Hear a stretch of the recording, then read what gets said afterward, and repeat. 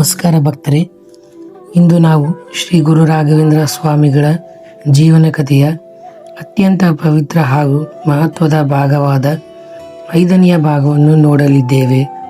ಈ ಭಾಗದಲ್ಲಿ ವೆಂಕಟನಾಥರು ಗೃಹಸ್ಥ ಜೀವನವನ್ನು ತ್ಯಜಿಸಿ ಸನ್ಯಾಸವನ್ನು ಸ್ವೀಕರಿಸುವ ದಿವ್ಯ ಕ್ಷಣಗಳನ್ನು ನೋಡುತ್ತೇವೆ. ಇದು ಸಾಮಾನ್ಯ ವ್ಯಕ್ತಿ ಮಹಾನ್ ಸಂತನಾಗುವ ಪರಿವರ್ತನೆಯ ಕಥೆ. ಭಕ್ತಿ, ತ್ಯಾಗ ಮತ್ತು ಗುರುಕೃಪೆಯ ಮಹಿಮೆ ಇಲ್ಲಿ ಸ್ಪಷ್ಟವಾಗಿ ಕಾಣುತ್ತಿದೆ. ವೆಂಕಟನಾಥರ ಮನಸ್ಸಿನಲ್ಲಿ ದಿನೇ ದಿನೇ ಸನ್ಯಾಸದ ಆಸೆ ಬಲವಾಗುತ್ತಿತ್ತು. ಭೌತಿಕ ಜೀವನದ ಬಂಧನಗಳು ಅವರಿಗೆ ಬಲಹೀನವಾಗುತ್ತಾ ಹೋದವು. ದೇವರ ಸೇವೆಗೆ ಸಂಪೂರ್ಣವಾಗಿ ತನ್ನ ಜೀವನವನ್ನು ಅರ್ಪಿಸಬೇಕು ಎಂಬ ಭಾವನೆ ಅವನೊಳಗೆ ಉಂಟಾಯಿತು. ಇದು ಮಾನವನ ಮನಸ್ಸಿನಲ್ಲಿ ಉಂಟಾಗುವ ಸಾಮಾನ್ಯ ಬದಲಾವಣೆಗಳಲ್ಲ, ಇದು ದೈವಿಕ ಕರೆಯಾಗಿತ್ತು. ಶ್ರೀ ಸುಧೀಂದ್ರ ತೀರ್ಥರು ವೆಂಕಟನಾಥರ ಆಂತರಿಕ ಬದಲಾವಣೆಯನ್ನು ಗಮನಿಸುತ್ತಿದ್ದರು. ಅವರು ಅವನನ್ನು ಪರೀಕ್ಷಿಸುತ್ತಿದ್ದರು.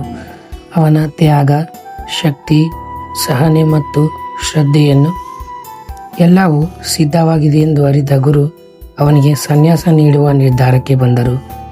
ಇದು ಒಂದು ಶಿಷ್ಯನಿಗೆ ದೊರೆಯುವ ಅತ್ಯಂತ ಮಹಾನ್ ಅನುಗ್ರಹವಾಗಿತ್ತು.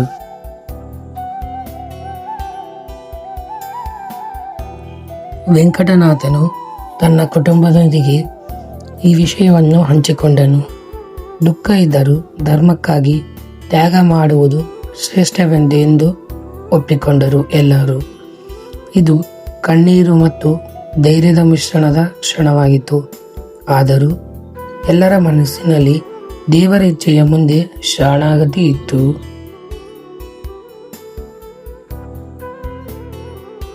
ಸನ್ಯಾಸದ ದೀಕ್ಷೆಯ ಬಂತು. ವೇದ ಮಂತ್ರಗಳ ಗಂಭೀರ ಧ್ವನಿ, ಹೋಮದ ಅಗ್ನಿ ಮತ್ತು ಗುರುಗಳ ಆಶೀರ್ವಾದದಿಂದ ವಾತಾವರಣ ದೈವಿಕವಾಗಿ ಮಿಂಚುತ್ತಿತ್ತು. ವೆಂಕಟನಾಥನು ತನ್ನ ಹಳೆಯ ಗುರುತನ್ನು ತ್ಯಜಿಸಿ ಹೊಸ ಆಧ್ಯಾತ್ಮಿಕ ಜೀವನಕ್ಕೆ ಪಾದಾರ್ಪಣೆ ಮಾಡುತ್ತಿದ್ದ.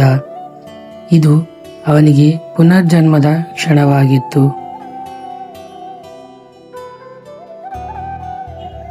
ಗುರು ಸುಧೀಂದ್ರ ತೀರ್ಥರು ಅವನಿಗೆ ಶ್ರೀ ರಾಘವೇಂದ್ರ ತೀರ್ಥ ಎಂಬ ದಿವ್ಯ ನಾಮವನ್ನು ನೀಡಿದರು.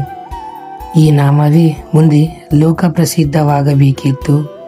ಈ ಕ್ಷಣದಿಂದ ವೆಂಕಟನಾಥನು ಇತಿಹಾಸದಲ್ಲಿ ಗುರು ರಾಘವೇಂದ್ರ ಸ್ವಾಮಿಗಳಾಗಿ ಪ್ರಸಿದ್ಧನಾದ.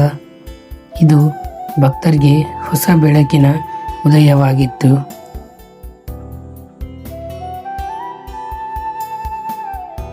ಸನ್ಯಾಸ ಸ್ವೀಕರಿಸಿದ ನಂತರ ಅವನು ಸಂಪೂರ್ಣ ನಿರ್ಲಿಪ್ತನಾದ.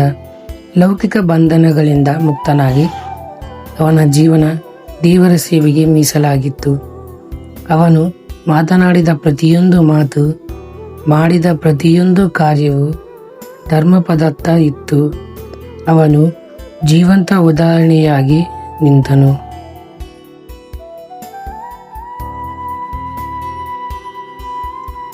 ಗುರು ರಾಘವೇಂದ್ರ ಸ್ವಾಮಿಗಳು ಶಿಷ್ಯರಿಗೆ ಉಪದೇಶ ನೀಡತೊಡಗಿದರು. ಅವರ ಮಾತುಗಳಲ್ಲಿ ಅಪಾರ ಶಕ್ತಿ ಇತ್ತು. ಅವರ ದೃಷ್ಟಿಯಲ್ಲಿ ಕರುಣೆ, ಅವರ ಹೃದಯದಲ್ಲಿ ಭಕ್ತಿ ತುಂಬಿತ್ತು.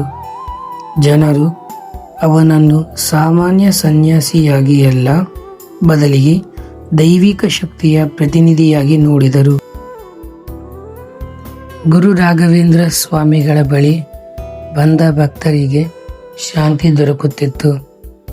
ಸಮಸ್ಯೆಗಳಿಗೆ ಪರಿಹಾರ, ಮನಸ್ಸಿಗೆ ಧೈರ್ಯ ಸಿಗುತ್ತಿತ್ತು. ಅವರ ಸನ್ನಿಧಿಯೇ ಆಶೀರ್ವಾದವಾಗಿತ್ತು. ಇಲ್ಲಿಯೇ ಗುರು ರಾಘವೇಂದ್ರ ಸ್ವಾಮಿಗಳ ಮಹಿಮೆ ಪ್ರಾರಂಭವಾಯಿತು. ಗುರು ರಾಘವೇಂದ್ರ ಸ್ವಾಮಿಗಳ ನೀಡುವ ಉಪದೇಶ ಜನರಿಗೆ ಉಪಯುಕ್ತವಾಗುತ್ತಿತ್ತು. ಇದು ಶ್ರೀ ಗುರು ರಾಘವೇಂದ್ರ ಸ್ವಾಮಿಗಳ ಜೀವನದ 5ನೆಯ ಭಾಗವಾಗಿದ್ದು, ವೆಂಕಟನಾಥರಿಂದ ಗುರು ರಾಘವೇಂದ್ರ ಸ್ವಾಮಿಗಳಾಗಿ ಪರಿವರ್ತನೆಯ ದಿವ್ಯ ಕಥೆಯ ಮುಂದಿನ ಭಾಗದಲ್ಲಿ, ಅಂದರೆ 6ನೇ ಭಾಗದಲ್ಲಿ ಅವರ ಮಹಿಮೆಗಳು, ಅದ್ಭುತಗಳು ಮತ್ತು ಭಕ್ತರ ಜೀವನದಲ್ಲಿ ಮಾಡಿದ ಪರಿವರ್ತನೆಗಳನ್ನು ನೋಡೋಣ. ಶ್ರೀ ಗುರು ರಾಘವೇಂದ್ರ ಸ್ವಾಮಿಗಳ ಕೃಪೆ ಸದಾ ನಿಮ್ಮ ಮೇಲಿರಲಿ. ಜೈ ಶ್ರೀ ಗುರು ರಾಘವೇಂದ್ರ ಸ್ವಾಮಿ.